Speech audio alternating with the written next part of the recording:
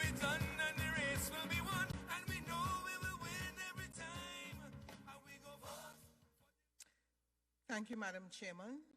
Candidate for the constituency of Aruka Maloney, who has the distinction in the last election 2015 of having more than 14,000 votes, yes? 14,984. Our political leader, the Honorable Dr. Keith Rowley, and Prime Minister of Trinidad and Tobago, and our next Prime Minister following the general election on August the 10th, 2020. My fellow candidates, ladies and gentlemen, it's a pleasure to be here. I stand here as a proud member of the People's National Movement and a proud member of the National Women's League. When I listened to my sister, the candidate for the constituency of St. Augustine, Mrs. Renuka Sagramsen Suklal, I can only feel proud of the policies of the government, of the People's National Movement.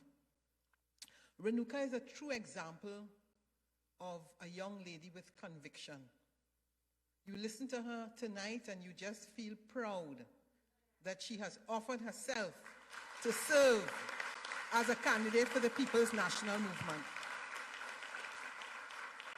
You feel her passion, you feel her conviction, and I am so proud to stand here and say, Renuka, I am proud of you. Go brave.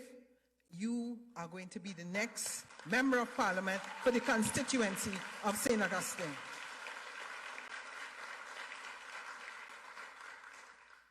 Now, we know that the National Women's League has been a pillar of strength in our party, a defender of women's rights, and a voice in the defense of our nation and its values. I wish to commend the chairman of the National Women's League and our Lady Vice Chairman, Mrs. Camille Robinson-Regis, on the excellent leadership as our Lady Vice Chairman. You see, sisters and brothers, and I know that the men would agree, it is the women of our party that keep us together throughout our constituencies. And tonight I wish to humbly recognize their dedicated service to the party and the future of this beautiful nation. I commend our Prime Minister, who is indeed a fierce ally to the local women's movement. He continues to be part of the conversation, adding statements and support to our endeavors. It is with great pride that the People's National Movement, under Dr. Rowley's administration, has made it possible for women representatives and policymakers to have a space. In this election, 35% of our candidates are women for the 2020 general election. And it is under his leadership, our Prime Minister, that the first female president of Trinidad and Tobago was elected. It is under his leadership that for the first time we have both a female Speaker of the House and a female President of the Senate.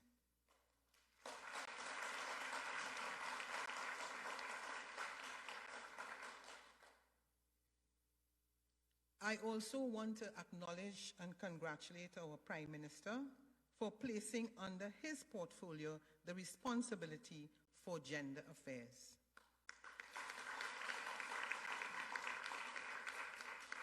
Our Prime Minister's unequivocal commitment to empowering women is also reflected in the implementation of various policies and laws at the national level to engender social change, ensure that rights of all are defended, prevent discrimination in the workplace based on gender, and to foster gender equality.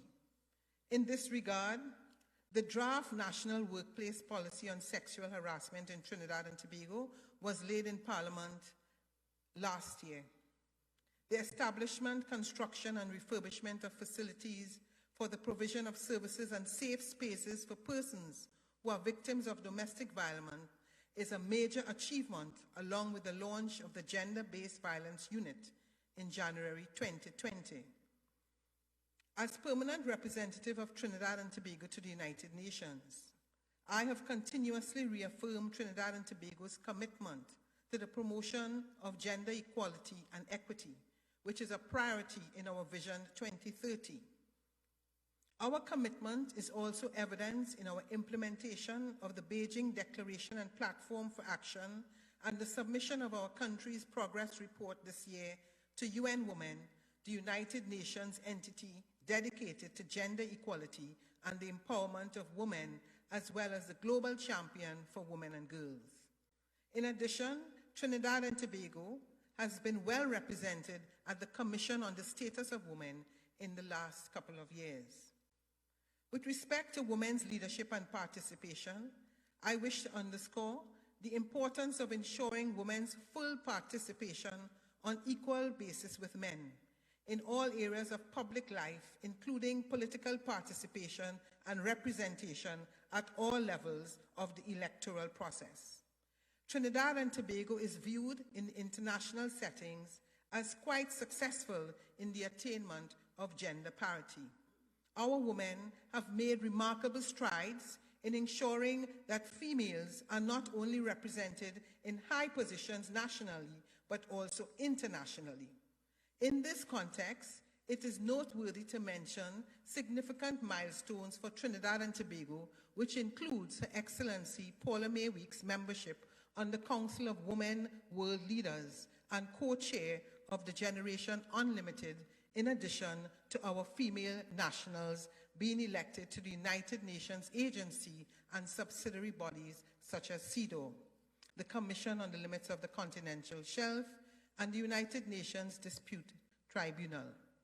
I myself have had the opportunity to serve as president of the Executive Board of UN Women and was selected as co-chair of the open-ended and informal consultative process of Oceans and Law of the Sea. We have also presented a female candidate for the position of Judge of the International Criminal Court for the election to be held in December 2020. Trinidad and Tobago has made tremendous progress in its efforts aimed to ensuring that women and girls achieve their full potential and make their contribution to national development. It is important that we continue to work at the national level to create a society where women and girls are treated as equal partners in the development of our country. We also remain fully committed to working with our partners at the regional and global levels to achieve an international order where women and girls are equally provided with opportunities to achieve their fullest potential and to make valuable contributions towards the development of their societies.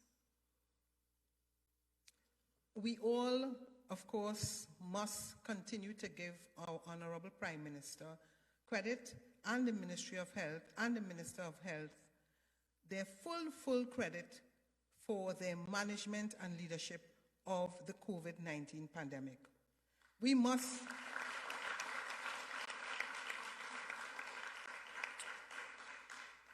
be able to have a positive impact on our women and girls and who are most affected by this pandemic, such as those living in poverty and those suffering from mental health issues. Trinidad and Tobago, our government, our Prime Minister, remains committed to ensuring that they are educated on all facets of life by equipping them with the necessary tools to do so, such as technology, access to healthcare, mental health counseling services, career guidance, food security, and nutrition. As I said when I started, I am a proud member of the People's National Movement. I am extremely pleased to have been selected as a People's National Movement candidate for the constituency of Arima. I am glad that I have been given this opportunity to serve under our distinguished leader and our Prime Minister. To the listening public, elections is all about choices. Make the right choice. Vote for the leader, vote for our leader, vote for our party, vote for the People's National Movement, vote for women with integrity, women with leadership qualities, women who you can feel proud of, women who can be mentors, and women who most of all are willing to stand up and be counted.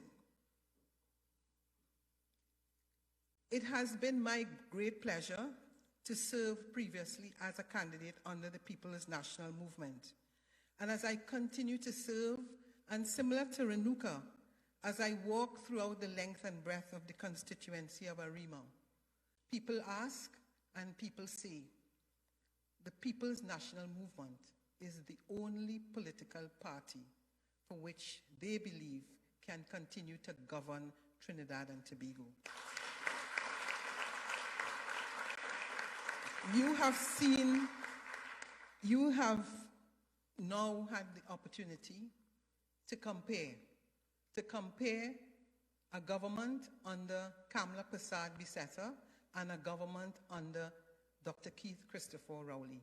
And that is what, when the PNM says, make the right choice, you make the right choice because you have been able to compare.